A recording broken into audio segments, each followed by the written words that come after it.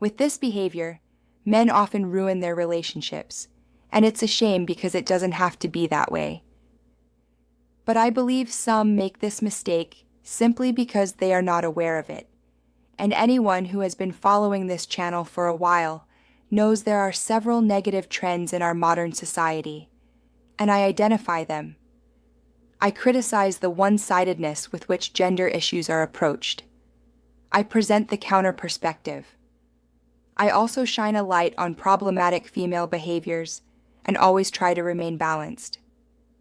In that sense, today's topic is a particular behavior in men that women often see as difficult, even toxic, and which leads them to end their relationships. It is actually a very common reason for breakups. First, we take a look at this behavioral pattern and how it can affect relationship dynamics. At the end, we will talk about possible solutions. Interestingly, the very first question often is, and several men here have already asked me this, why are women so cold, so emotionless, so tough, so combative, sometimes even destructive after a breakup, after all the time they spent together? Yes, good question. And I've explained it before. During the relationship, the woman is often the emotional part and the man the rational one. But during a breakup, it often reverses. She becomes rational and he becomes emotional. Men then often become very desperate. They hope in that moment that she will reconsider, but often she does not. Why? Because the woman has reached a point where she simply cannot get over what she believes he did wrong. And it doesn't matter whether she still has feelings for him or even loves him. She often maintains this attitude. This hardness only softens much later, when rationality returns.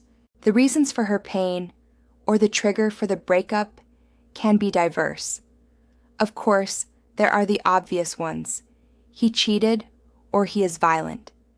But there is also a behavior where the woman sees separation as the only solution. And this behavior is not obvious at first glance. Lack of engagement and missing support, especially when children are involved. And listen closely, even if you have no children or not yet. This might be helpful later. Some men might now think, but I support her enough.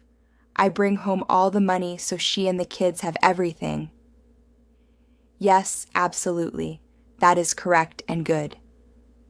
Financial support is a huge aspect, but the challenges of parenthood require physical and emotional support and adjustments. And women sometimes break up because this type of support is missing, because they feel neglected, because they suffer under the burden. This accusation from women is not simply baseless, and as always, I am not talking about all men on the planet. Of course, not all men behave this way, but some do, and today's topic concerns them. I see it in my environment as well, and I also see that men often don't even realize it for a long time. And when this persists over many years, the relationship silently erodes. They often don't take their partner's complaints or criticism seriously. But sometimes she does have a point when she says support is missing, whether in household tasks or with the children. Unfortunately, men ruin their relationships with this behavior. The fact that this lack of engagement tends to occur more often in men has to do with the naturally different roles they have in parenthood. Women fundamentally have a different relationship to offspring, and the challenges of parenthood are not the same for men as for women. You might remember my earlier words.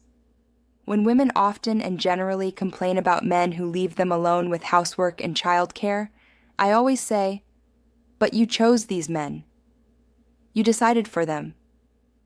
Were they all superheroes before you married them and started a family? Were they caring, supportive, perfect men, and then suddenly they turned into monsters?" One must be aware that women enter relationships even when the signs from the start are not good. And then one must admit that they chose the wrong partner. But That does not free men from their responsibility. And now the female perspective. Women often assume that once children arrive, he will naturally step up, even if he currently isn't ready, or is restless, or too comfortable at home. She thinks he will eventually adapt because he also wants the family to function. What happens after childbirth? As soon as a woman has a child, she changes. She switches modes. Practically every decision is now oriented toward the child and its needs. Motherhood reorganizes her priorities, and fortunately so, because it ensures the survival of humanity. She depends on security, is in a vulnerable position, becomes more cautious in life and in the decisions she makes. Not only her behavior changes, but also aspects of her character. I see this as a natural reaction or adaptation to the demands of motherhood. I'm sure many fathers here will confirm this. Please write it in the comments. And here comes the point. At the same time, the man must also switch modes. It is also a challenge for him to adapt and become compatible with the new reality. And this must be understood by women too. Some men, those we're talking about today, do not understand this necessity for change. They don't switch, or not enough. For example, they continue their lives as if nothing has changed. They may still go out without considering their new obligations. In some ways, they remain the biggest child in the house, or they avoid tasks that are uncomfortable, but must be done. And she ends up taking care of all these unpleasant things herself for the next 3 to 4 years, often in addition to her job, even if she does not work full-time. He enjoys being the Sunday dad who plays with the child in the afternoon or gets the child's name tattooed on his arm. But beyond that, he plays a limited role. Over the years, misunderstanding, frustration, and anger accumulate. Sometimes disgust develops. And when she finally leaves him, he often does not understand why. From the woman's perspective, the breakup actually simplifies her life. The separation becomes a liberation for her. And of course, yes, there are men who don't care at all and simply continue as they please. But as I said, I believe some of these men simply are not aware that they struggle to adapt to this family transformation. And importantly, these behaviors are not necessarily inherent in men.